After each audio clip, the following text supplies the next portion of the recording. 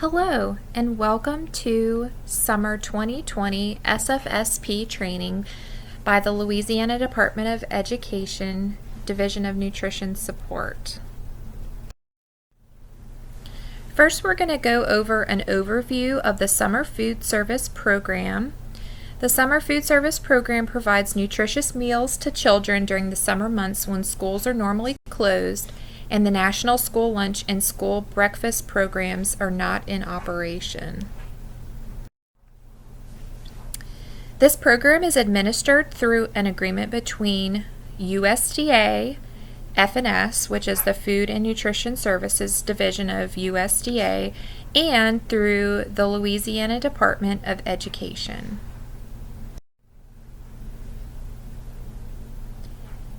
Assistance is available to sponsors in a cash per meal reimbursement.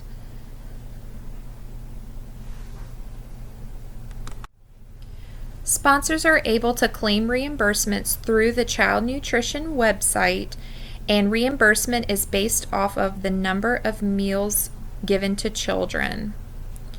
Commodities are also available for some SFSP sponsoring organizations.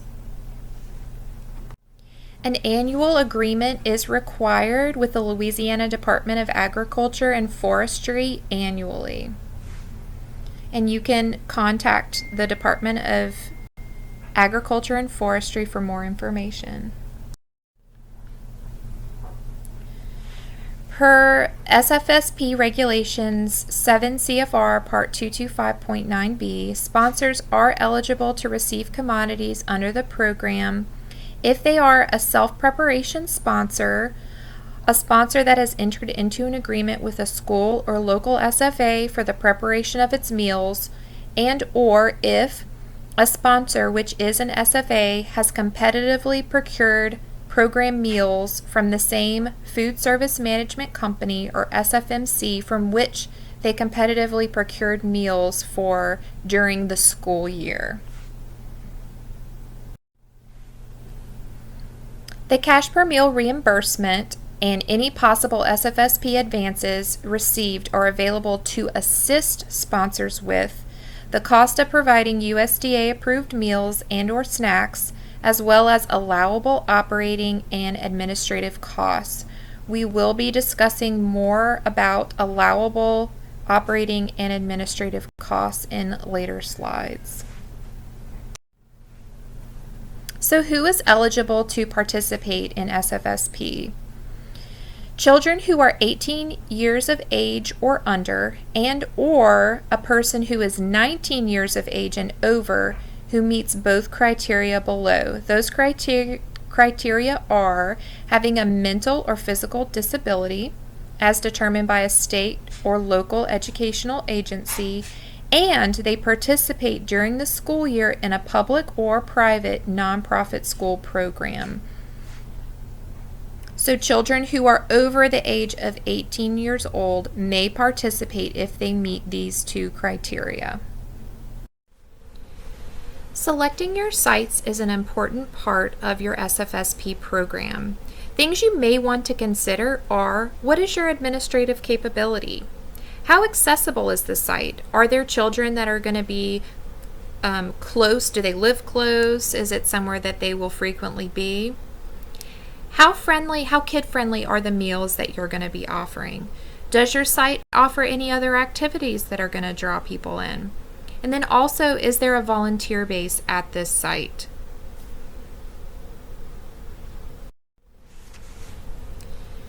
There are 3 different types of sites that you could select. You could select an open, a restricted open, or a closed enrolled site. Open sites are open to all children in the community. Restricted open sites have a student base that is mainly going to be using the program, but it's also open to a certain number of other children in the community. And then closed enrolled sites are those where children from the community cannot come in to eat. It is only for a select number of students. Closed enrolled sites do require free and reduced meal application data in order to establish the eligibility of the site. If you want to go over a good overview of the site types, it can be found in the Administrative Guidance for Sponsors SFSP manual. You can also always contact the state agency if you have questions. At open, restricted open, and closed enrolled sites, sponsors may serve a maximum of 2 meal types per day, utilizing any meal combination displayed on the right of the slide. The only combination that is not permitted is lunch and supper. You can serve breakfast only, lunch only, supper only, snack only, lunch and a snack, breakfast and lunch, breakfast and a snack, supper and a snack, or 2 snacks.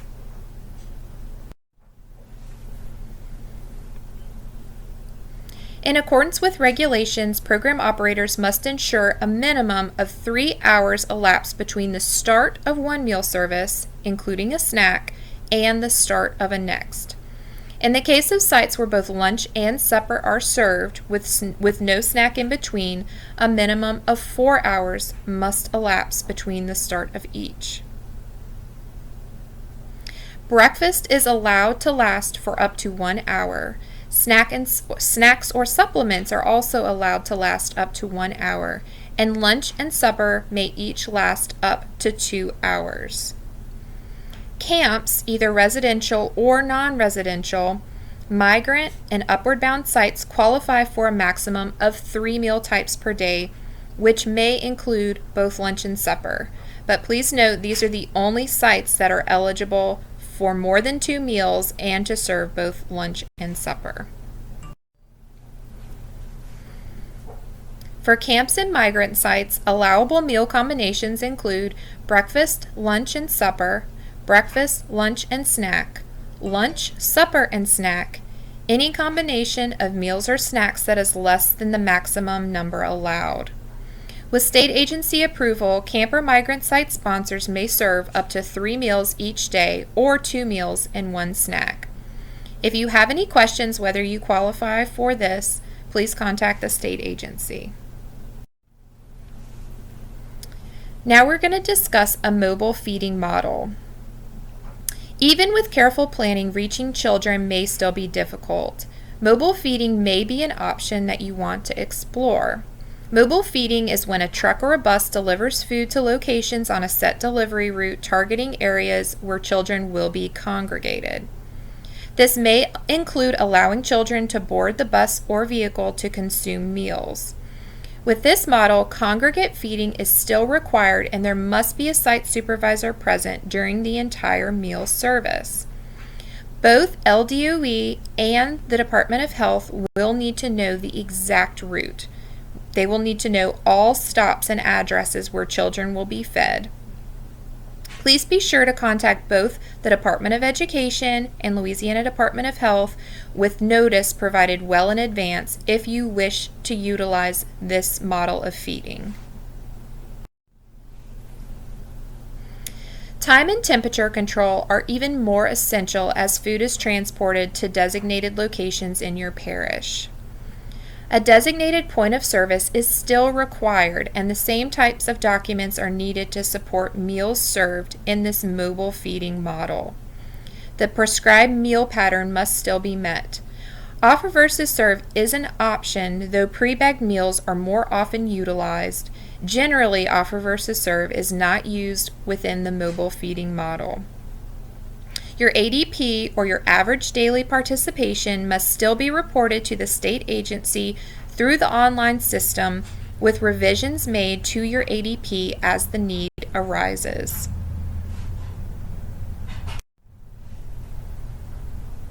So how will your site receive or prepare meals? Your different options are to be a self-operation or self-op where you cook your meals on site. There's also satellite locations where you receive meals from a sponsor's central kitchen. You can also enter into an agreement with a local SFA or sponsor to furnish the meals.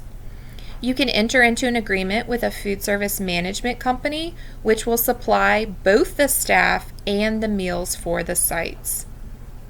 You can also enter into an agreement with a vendor for providing prepared meals only, with sponsors utilizing their own staff for the SFSP.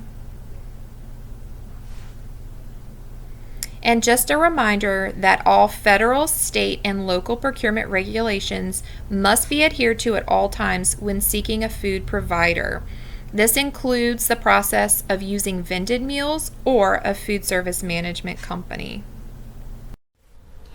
Self-op is the most common site meal service option that is utilized in the SFSP. In summer of 2019, about 80% of approved SFSP sites were self-op sites. Sponsors who prepare their own meals on site or in a designated central kitchen are responsible for choosing their staff, including a food service manager, food production staff, and general kitchen help. The number of food service employees needed will depend on the number, type, and complexity of the meals served and prepared. It is essential for sponsors who utilize a self-op program to fully communicate all staffing details with the LDOE and to provide the most up-to-date staffing plans via the online SFSP application.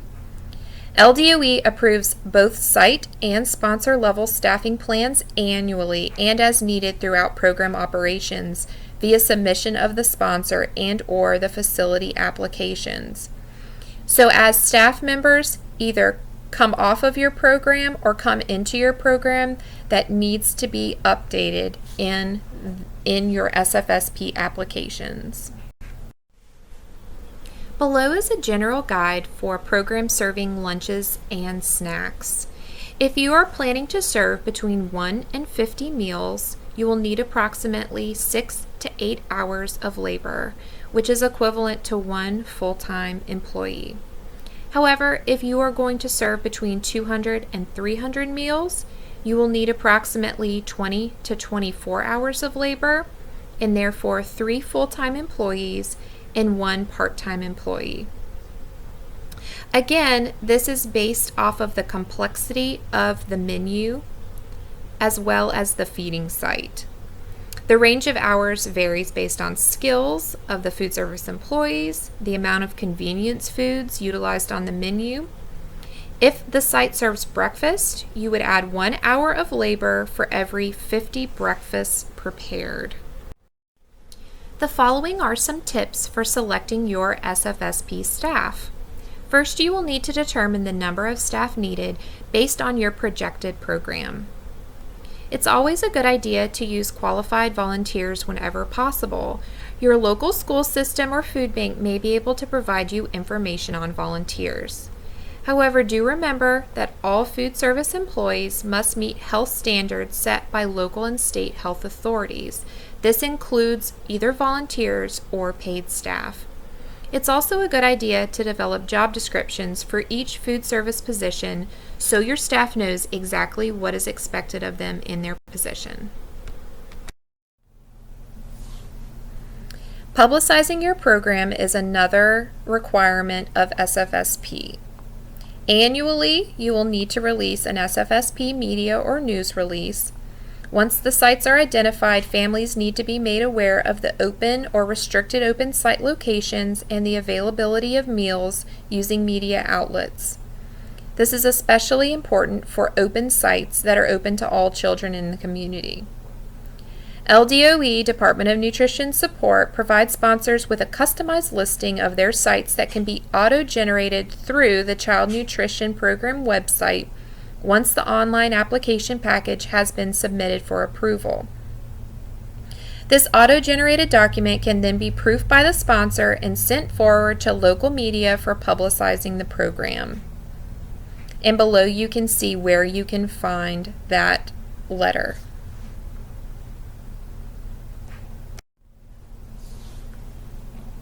So here it is. If you log into the CNP website and you go under SFSP, if you look under letters, then you will see media release for an open site. There's two template options that users may select from depending on whether they were hosting open and/or restricted open sites versus closed enrolled sites. Please select the appropriate option for your program. Sponsors with only closed enrolled sites are not required to publicize to the extent that sponsors of open sites must publicize. One way you can publicize your program is through the use of a kickoff event. This is an event that sponsoring organizations may host to announce to the community the availability of the SFSP to the public. These are generally hosted prior to the start of the SFSP. However, they can also be hosted mid-program to encourage continued participation. Please consider notifying the state agency of any kickoff events that your organization may be anticipating offering prior to the start of your 2020 SFSP.